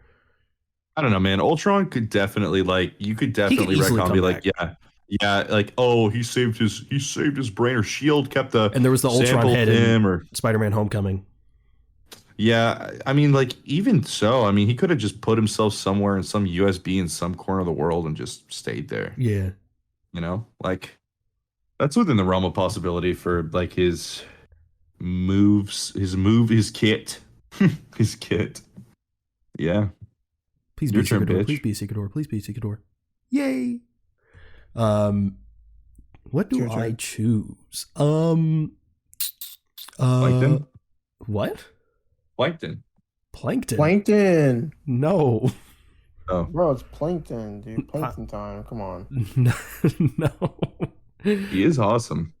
I was actually going to go with Claw. Oh my god. Yeah, dude, another. Jesus. Is all your shit like wasted potential? Exactly. I know. I will never forgive Marvel. I will never if I ever meet Kevin Feige, the first thing I'm going to say to him is, "What the fuck, man? What the fuck? You could have kept Claw. Oh, he would have been so good." Oh my god, that's just we meet him again in Age of Ultron, and he's just incredible. The way he just jumps off the screen, completely stole the scene. And then he's in Black Panther and again steals the show. And then he's dead. What the fuck, man? Yeah, and also he's also killed in a way just to like. I know we talked about this. My problem with that movie and how they treat Killmonger, he's killed in that scene, like the one where they're like, "Well, Killmonger's evil, so we have to do this." You know what I mean? Like, let's just delegitimize his point by having him kill his girlfriend, and then also we'll kill two birds with one stone and take one of the most interesting characters we've introduced with one of the best talents we have and just no more. That was a bad year for Andy Serkis because it's like 3 of his characters got killed. What, Caesar and who? Snoke. Snoke was like within the same sort of time frame. It was in like Snoke, Caesar. Oh, that's right. Yeah. Planet of the Apes goated. It really is. It's your turn, Will. Y'all knew this was coming. Eggman. It's Eggman. Yay, Oh my God. Eggman. Eggman. Slay, like straight up, especially like okay, it says something when your villain, I don't know, he has staying power. Okay, he just has staying power. He's iconic. And like he's fat, he's hot. He's played by Mike Pollock, who is amazing. He has an interesting build. Jim Carrey. He does. Jim Carrey equally is good. But like as goofy as he is, there still has these moments where he's like legitimately like badass and like actually kind of scary. Sonic Adventure 2, like playing the level Cosmic Wall and like what that like represents even like story-wise for his character, where he's like ascending like the outer areas, the debris of the space colony arc. Like, you know, he's making his literal ascent into like quote unquote godhood. Like he's like he literally basically wins. Like his plan works and he wins, and it's so cool. But then, you know, sometimes he's just a fucking goofball, and sometimes he's like in Sonic Boom, that characterization of Eggman is so perfect. It's so funny. Eggman slayed. He served. Facts. It's facts. You ready for this one? Probably not. Yes. I am. Killgrave. Yes! Oh yeah. Yes! Killgrave. That's my number one villain in the MCU. Easily. Is it really? Yes, absolutely. Killgrave is so scary. He is awesome. He's so terrifying, and yet I want to give him a kiss. He's so terrifying. I do. It's David Tennant. I can't help myself. He has some really good dialogue as well. Dude, you saying you can't help yourself is like him saying he can't help. That's his defense in court. Oh no. Dude, come on. It's David Tennant. Yeah, it is. It's Dr. Idiot from Dr. Mid. From Dr. Mid. I didn't know he was in Doctor Strange. No, I'm talking about Dr. Worse. I'm talking Doctor about Strange in the Multiverse of Madness. Dr. Worst. House is good. House is better than Doctor Who. I haven't seen Doctor Who. Yeah, no, Doctor Who is like One Piece, but for like British people and like, like for like what? Yeah, it's basically the equivalent of One Piece, but for like Star Trek nerds. Star Trek is like One Piece for Star Trek nerds. Shit. Sorry, Tori. We interrupted you. What were you saying about? I'm really sorry. No, I'm sorry. It's just like he has really good like dialogue, and he's overall just like a very intimidating like villain, and he like brought a lot of stakes to Jessica Jones season 1, and definitely the highlight of the season. And like I don't know, that Jessica Jones season 1 is definitely like underrated as hell. Before Daredevil season 3 came out, that was easily the in my opinion the best season of any of the Netflix shows. Agreed. Yeah, it sucks that Jessica Jones, in my opinion, it fell off pretty sharply. But like, I also thought Luke Cage was on par with Jessica Jones season 1. I like the first half. Only thing, yeah, exactly. When they got rid of from Mahershala Ali, that pissed me off. Like that was probably the most. Claw type beat. Yeah, literally in one seat. Like, what are you doing? And then you replace him with it was at first it was Cottonmouth, right? And then they replaced it with it was Diamondback. Diamondback, yep. So lame. Diamondback was so lame. Who was his brother? I'm excited. My Coulter's getting work again. Do you see he's in the Plane movie with Gerard Butler? And he had a show. I don't know if that's still going, but period. Yeah, good for him. Yeah, seriously. I loved him in Men in Black 3.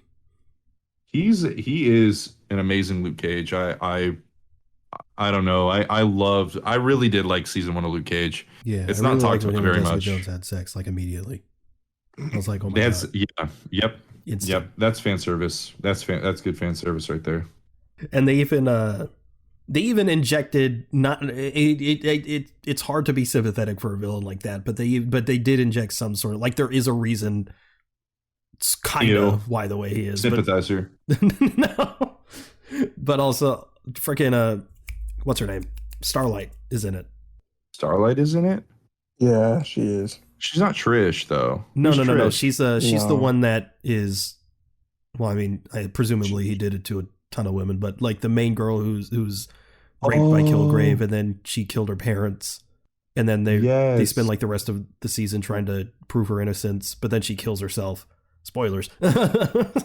She slits her own throat. If you haven't seen it, what are you doing? Also, dude, I remember being an apologist for Iron Fist season 1 because I thought that at least that the drama would, like the Meacham drama, was like. Actually, I did. Yeah, I didn't mind the Meacham drama at all. But yeah, but when it's not really an Iron Fist show, is it? When it's just the Meacham drama. Yeah, the Meachams. Yeah, I was like, okay, like not what I like asked for. Yeah, not what I should be getting, but it's not unwatchable. But the Iron Fist stuff, I feel bad for Finn Jones. I don't. Why? Was he a bad guy? Was he a bad person? Not that I know of. Oh, you're just being you're just taking the piss? I just don't really like him. People are like, oh, he would have been fine, given more time. Or I don't think he's a good choice. I think there's better actors. Well, especially since I know around that time, the conversation was like Iron Fist should be Asian. And no, I know that. I don't give a shit about that. I know. I don't necessarily either. I'm just saying, like, I know that was like the main, like a lot of people are throwing that around. It's just, it was more jarring in the Defenders because you got people like Kristen Ritter and Charlie Cox like being incredible, and then even Mike Coulter, and Finn Jones, and then Finn Jones, Sigourney Weaver. It's like I was watching Oscar winners act with someone on Law and Order. Yeah, I mean, like, what, Sigourney Weaver was in there too, and that didn't really help anyone else. Finn's case, and not that it was her best performance, but she was in it. Short-lived performance. It was. Yeah. Claw type beat. Claw type beat. That is why MCU is the mid CU. Real. Oh, was it my turn? No, that was your turn. That's right, my fault. Because I don't know, I wasn't paying attention, and yeah. Thank you for apologizing. I'll go with an obvious one, since Kilgrave was less obvious. The Joker, of course. Yes, Jekker. Probably my favorite villain of all time. Period. The Jekker. The Jekker. The Jekker. Dude, he says Keko cringe, and then he says, I cringed, and he says, correct, and then he kills the hostage. I loved when he did that. He's like, Robin, he killed another hostage, and then Robin's like, Barbara was the hostage, and then Batman looks at the camera and he says, wake up. What? Yeah. The hell are you talking about? I'm talking about the final scene in Arkham Origins, dude. I haven't played Arkham Origins. Dude, that game is. Oh, we talked about this. I haven't finished it. I kind of forgot I had it. It's besides Night, the best story out of the games. Whoa. No, not even shitting you. It's really good. What they do for Joker and Batman, characterization wise, incredible. Really good stuff. Troy Baker type beat. Yeah, Troy Baker type beat. Not Roger Craig Smith though. Boring. I'm just kidding. He's good as Batman. Come on, man. he's great as Batman. Number one Roger Craig Smith hater. It's me. I mean, I love Chris Redfield. I do. I just think Troy Baker's also a better Batman. Telltale Batman, one of the best Batman stories ever told. I don't think had he ever done Batman up to that point. Troy Baker? Yeah. No, that was his first time. Yeah, so I mean, we didn't know. But no, we had Roger before that though, so there was a frame of reference. I know. So we could have been it should have been Troy, since Troy had never been Batman by that point. Well, I mean, I guess hindsight is 2020, but that's just stupid because I'm right. I don't know. You don't think that he's a better Batman? I think I've heard Troy Baker in so many things that it's hard for me to not be like, that's just Troy Baker. Same with Roger Craig Smith's voice is way more distinct. Yeah, but you watched a lot of Sonic. And he's Sonic a lot of the time. He is, but he's also in like truck commercials and stuff. It's like, buy your Chevy Buy truck. your new Ford F-150. Buy this Ford F-150. Brand new Chevrolet. This is supposed to be about the Joker. Sorry. Yeah, I got specifically the Hamill version, obviously. But I guess, technically Troy's version is Hamill's version. But yeah, obviously. Can't go wrong. Literally in anything he's ever been in, Mark Hamill manages to be the best thing in everything. He manages to disappoint. I'm just kidding. I'm kidding. No. So sad what he said about playing Joker again. I mean, like, I don't know if I would be hard to hear him without Conroy next to him, but still. We've gotten him without Conroy, haven't we? We've gotten Conroy without Mark. We haven't gotten Mark without Conroy. Conroy without Mark. I feel like we have gotten Hamill without Conroy. It's something. But I also can't think of anything, so. He played Goro Majima, by the way. Mark Hamill played Goro Majima in the Yakuza localization for the first Yakuza game, which is really funny. Ew. Yakuza is amazing. No. Fuck off. Yes. Never played it. Yeah, okay. I love that. That's a Peyton trope. That's a take a shot every time I do. Every time Peyton does this, which is I hate this, and then he waits for you to say something, and then he's like, never played it. Yeah, never seen it. I do that. Yeah. It's so cute when he does that. I just love. I think the only time where I didn't love Mark Hamill's performance as the Joker was in The Killing Joke, and that wasn't even his fault. Yeah, no, that movie was just ass. And then they changed some of the dialogue for no reason. No, because they wanted to. They did. They also. They were like, we're gonna make this R, and then they never said fuck. They just said like, what the F, man? You remember that? Yeah. So awesome. That is like. I don't understand how you messed up The Killing Joke. Making Batman have sex with Barbara was such a terrible cool choice. It was an awesome choice, and I definitely Bruce immediately took off my pants. Bruce Timm, he draws porn of his characters. Have you seen his porn? I mean, you wouldn't. No. I mean, I understand, but like I'm just saying, like I get it. I'm just saying, it's so easily accessible. That's my thing. It's like, bro, like I can like literally Google images, Bruce Timm, Harley Quinn, and if my safe search is off, I'm gonna get her with her titties out. Which I'm not complaining. It's just why? Come on, Bruce. Oh, sorry. Yeah, I guess for me, Liquid Snake. Come on, like iconic. If you've never played Metal Gear Solid, you should. Liquid Snake is amazing. It's just so good. I don't know. Not even gonna go into any more detail. Just Liquid Snake. Short and sweet. I like it. Never played Metal Gear once in my life. I'm kidding. I have. I haven't played the newer ones, unfortunately, but short and sweet is just like my penis. Oh my god. Dude. Oh. This is where I'm gonna start getting to the film bro side. Look, y'all called it. Okay, I'm excited. And Anton Chigurh from No Country for Old Men. Easily top. Fucking amazing. Yeah, amazing. Fucking just incredible. Never seen it. Bitch. No shot. You've never seen No Country for Old Men? Nope. Yeah, you have HBO Max. Go watch it after this podcast. I can't do that. After you watch Andor. Right. After I watch Andor. How about that? How about after you watch Andor? Payne deserves to watch it. That's a noble cause. I didn't agree to this. No, that's okay. You didn't agree with this. Peyton. I'm gonna just go to your house, turn on your TV, and just put it on, and you watch it. All right. Okay. I'll bring the rope. What? Bring Takis instead. He'll fold for that. He'll fold. Yeah, his stomach will have too many ulcers. He won't be able to move. So can't believe that literally Peyton ate a whole family-sized bag of Takis like less than 12 hours. Isn't that what that rapper did? And he had to go to the ER. I don't know. Lilzan. He ate a whole bag of like hot Cheetos or something, and his intestines started something like that. King shit. Literally king shit. I mean, apparently no shit. Actually, if he had to go to the hospital because of his intestines, I guess there wouldn't be any shit happening. It's probably not. But yeah, agreed. Sure. But yes, and Anton Chigurh from No Country for Old Men.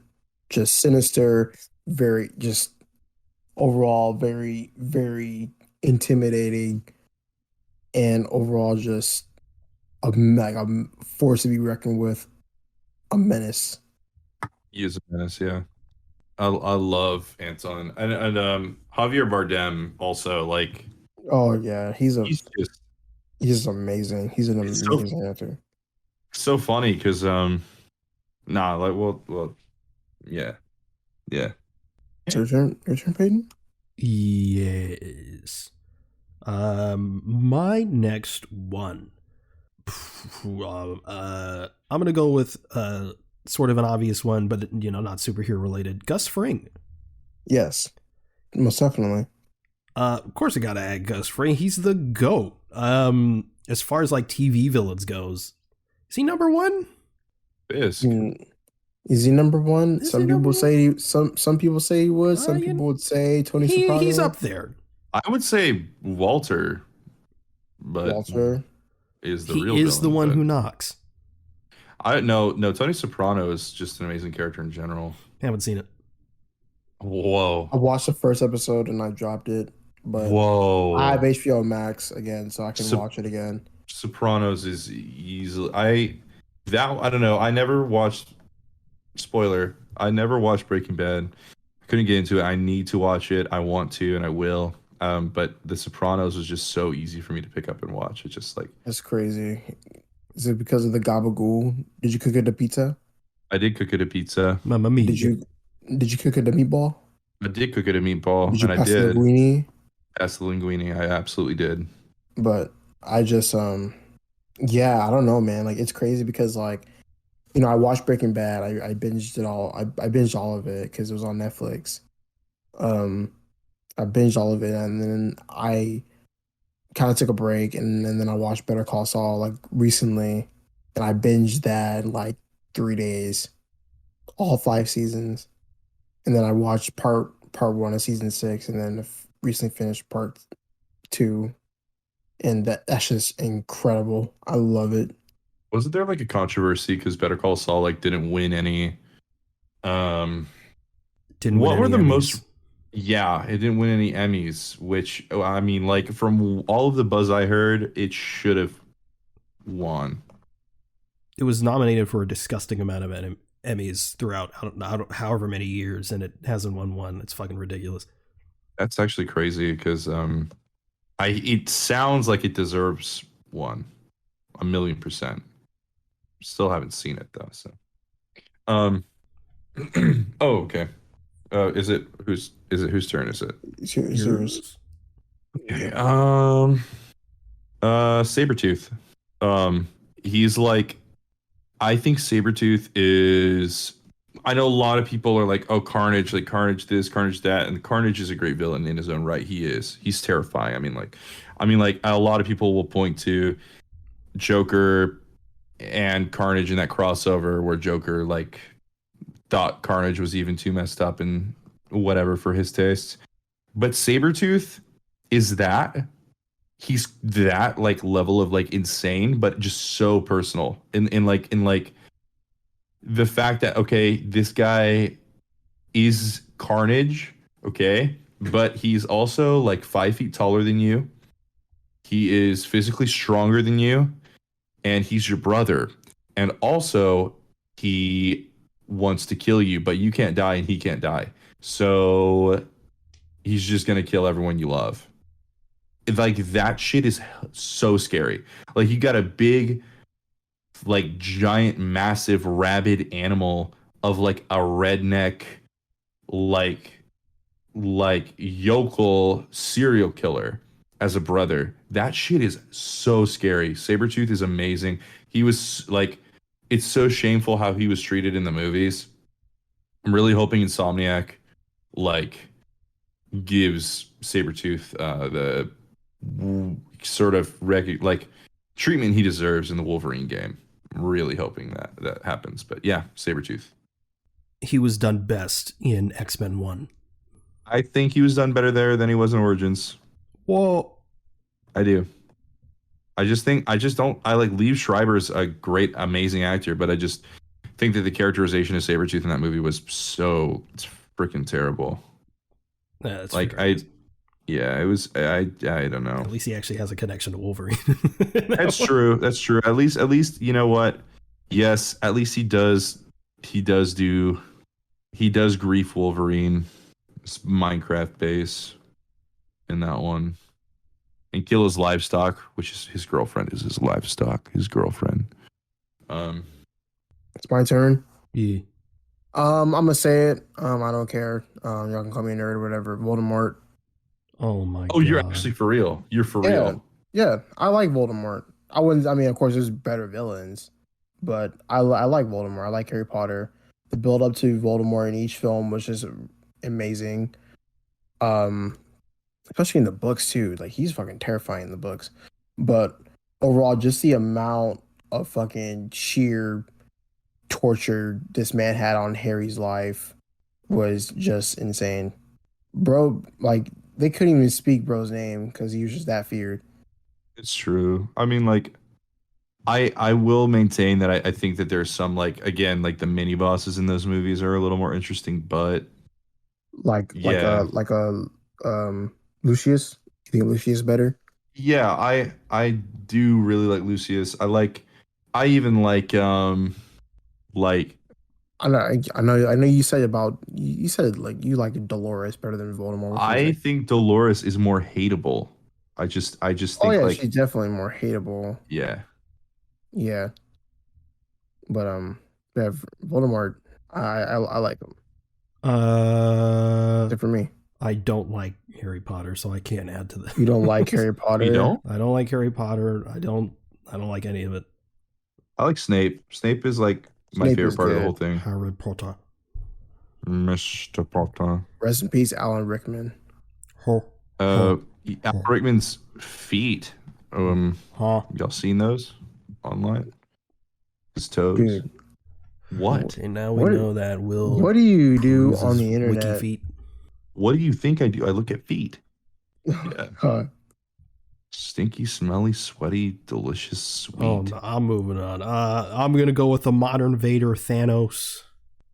I'll call him a modern Vader. That's crazy. He crazy. absolutely is. I mean, in terms of like just being being iconic, sure, bro. Thanos is like one of the worst villains ever. Okay. Yeah, Thanos wishes he was Babu Frick.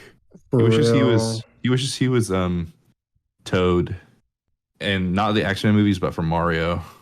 Yeah, man. I don't know. Thanos is just. I'm just tired of Grimace, bro. I do have Thanos fatigue, but that's mainly because of just the marketing and stuff. I do think he is a very solid villain and character. What marketing? Like, so many figures, so many people wearing Thanos shirts.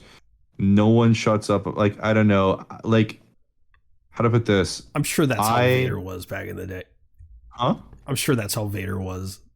Yeah, I just think Vader is more aesthetically like appealing. I think that Thanos' comic armor is like amazing, and I think his endgame armor is great. But I just hate that like most of the Thanos, like from promo art and promo whatever, is like Infinity War Thanos, and he doesn't look bad. He's just like bald and like is not wearing a helmet. And I understand like again thematically like it's purposeful, but it's just not like not the aesthetic for me. Personally, I think Thanos Rising is the coolest Thanos has ever looked. In Simona Bianchi's art, Simone Bianchi. I don't know how to pronounce his name, but yeah, Thanos is better than Vader. He's not, but okay, he's literally not. Thanos is purple and Vader isn't. So yeah, but at least Thanos. I don't know. At least Thanos isn't quadriplegic, I guess. But Jesus. But he is cool. For real. He is purple, and he is an abusive father. Let's just World's best abusive father award goes to Thanos. So true. So true. And we like So to true. reward those in our society. So We do. I mean, he's played by an abuser. So Jesus, hey man, hey man. it's your turn. Okay. I'm gonna have to go with Frieza. Like Huge. you are, Frieza is easily the best antagonist in all of Dragon Ball. I'm sorry, he just is. That's the best saga. That's the best whatever. This is objective. This isn't even subjective at this point. Frieza's awesome, and it's so sad. His voice actor passed away. So iconic. Like, I don't know.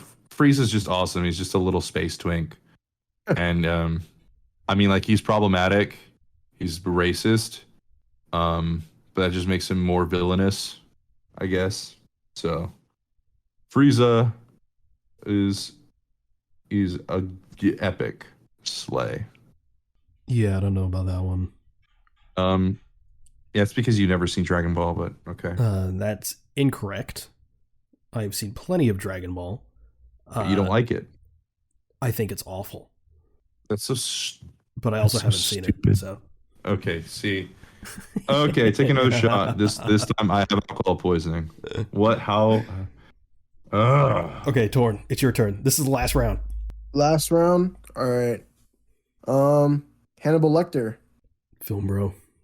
I'm a film bro. I'm kidding. No, I'm not. Anthony Hopkins. Imagine identifying as a film bro. Anthony Hopkins. Is it the Anthony Hopkins version or is it Is Mads Mikkelsen. The Mads Mikkelsen version? Oh. I never seen the original Silence of the Lambs, so. Wow. Are you dead ass? I thought you were a film bro. I'm not a film bro.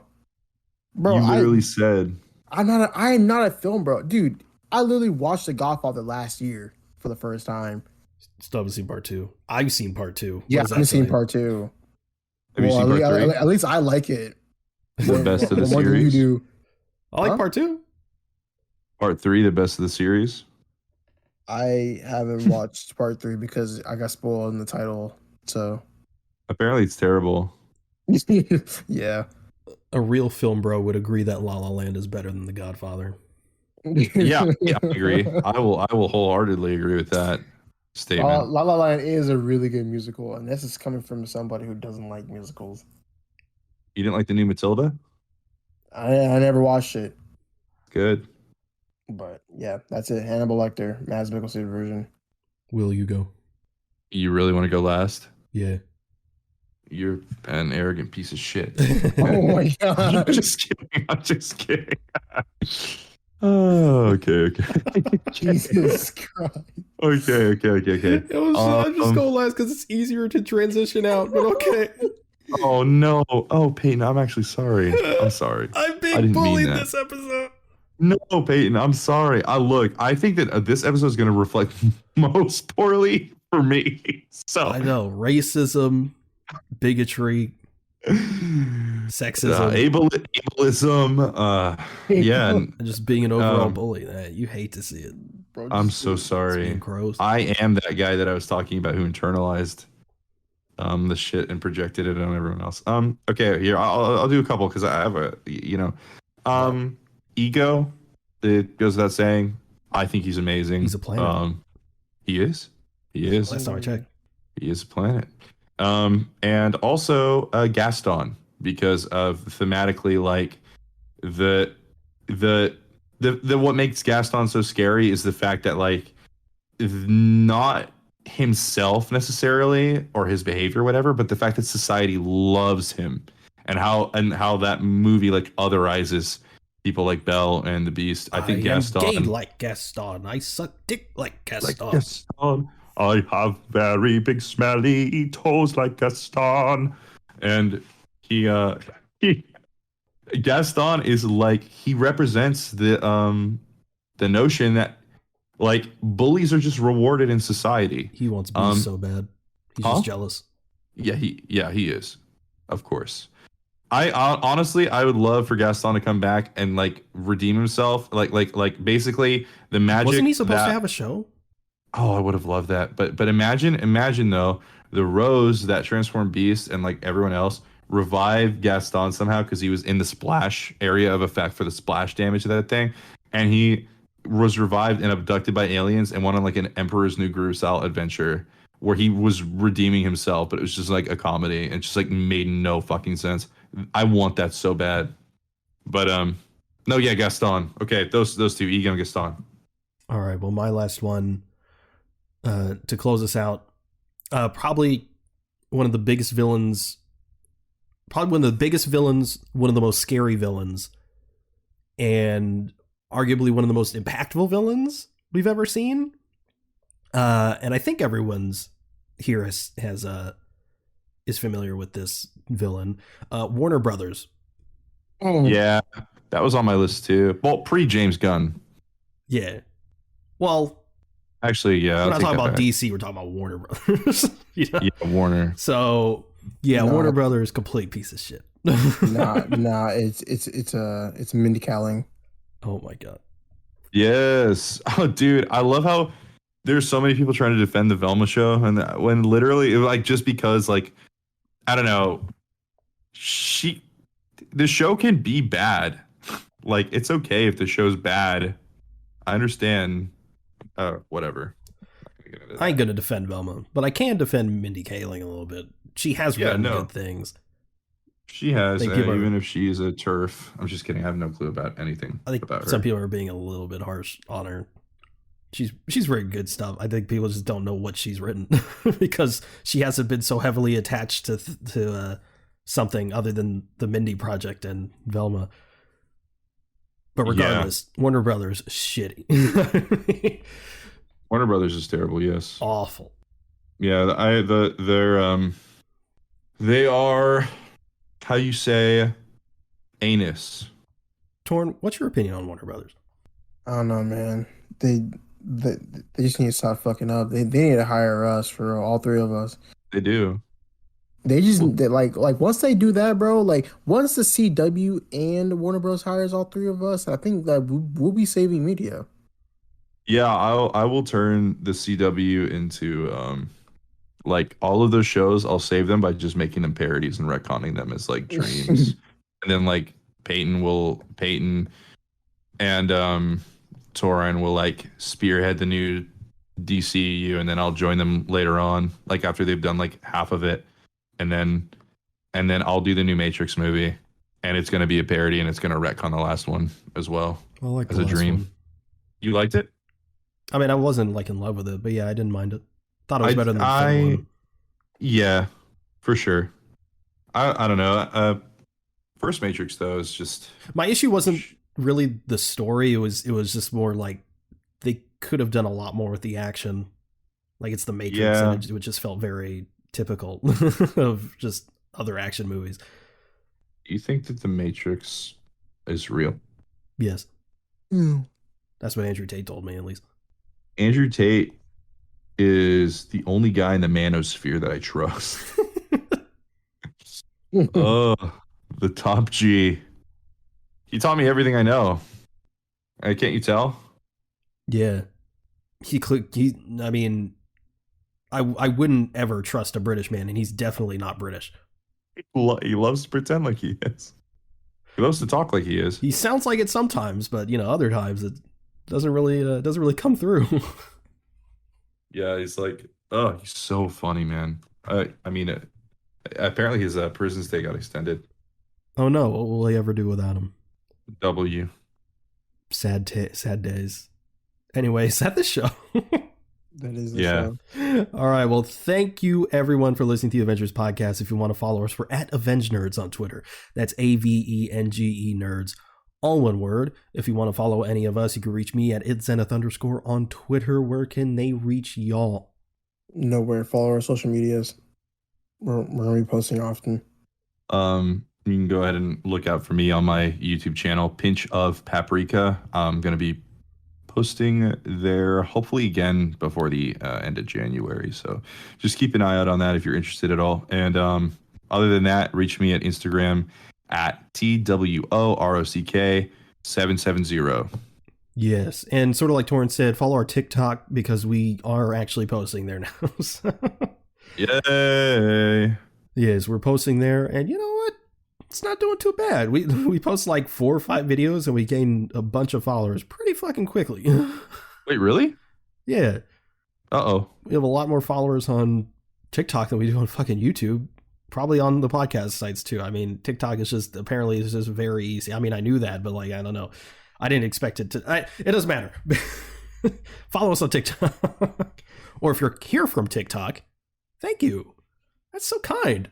Yeah, thank you. I'm so sorry for everything I've said. I actually promise. I promise next episode won't be as bad. I just actually needed to take my meds, so I'm sorry. I'm actually sorry for the record for everyone here, Torin and Peyton. I'm sorry. No, you're not. It's okay. You can also join the Discord and join the conversation there. Those will be linked in the show notes. You could also check our link tree for any additional links you may be interested in. You can also review the show in-app on Apple Podcasts. If you could leave 5 stars in a review, it would really help us out. Genuinely, it would really help us out. It pushes us, into the algorithm. It's like, hey, look at these guys. And so it would really help us out. Into the manosphere. Yeah, what? Into the manosphere. It pushes us into the manosphere. Share it with a friend. Share it with other people. Share it with family members. Force them to listen to it in the car. Post it to sites and be like, hey, check out this podcast. And people would be like, what the fuck are you promoting your shit here for? But, they won't know. Anyway, thanks again for listening to the Avengers podcast. We'll see you next week. Later. Bye. Welcome everyone to the Avengers podcast, where we talk Marvel, DC, Star Wars, and more. I'm your host, Torrin, and with me is my co-hosts, Peyton and Will. How's it going? Howdy. Going swimmingly. Howdy. It's going swimmingly well. Oh my god. No, let's not start. I'm sorry. I'll dial it back. Okay. I'm gonna last week. I'm gonna do this intro again. Okay. Sorry about that. I'm sorry. I'm just so mischievous. Add this to the bloopers for 2023. All right. There a blooper? Is there a blooper episode? No. You should make a blooper. That'd be too many clips. They have 0 storage. I like your little moan at the end there. Too many clips. Oh no. Okay. All right. Is it still rolling? Oh yeah. Oh, okay. Okay, hold on. All right. 3, 2, 1. Welcome everyone to the Avengers podcast, where we talk Marvel, DC, Star Wars, and more. I'm your host, Torrin, and with me is my co-hosts, Peyton and Will. How's it going? Hey sisters. Oh my goodness. Hey. I just got back. Wait, listen. Calm down. Okay. I just got back from eating ass at Woody Allen's house. And let me tell you, it is not what you thought, not what you're thinking. What I mean is we cooked a nice bit of bacon made from a pig's ass. Dude. Let's redo that. Better. Can we cut this? This whole fucking 5 minutes is gonna get cut, bro. Dude, this is okay. Maybe I shouldn't have rushed so hard into. Can we start? I'm sorry. No, it's okay. I'm doing this a 3rd time. Let's be normal for once. Be normal. Payne did a little bit of it. Hey Sisters part was funny though. Hey Sisters is funny. Towards said you're fucking unfunny as shit. That's what he said. Hey Sisters is funnier. Why are you instigating? Well, I can't do it anymore because then it feels unorganic. Okay, I'm doing this the 3rd time. 3, 2, 1, go.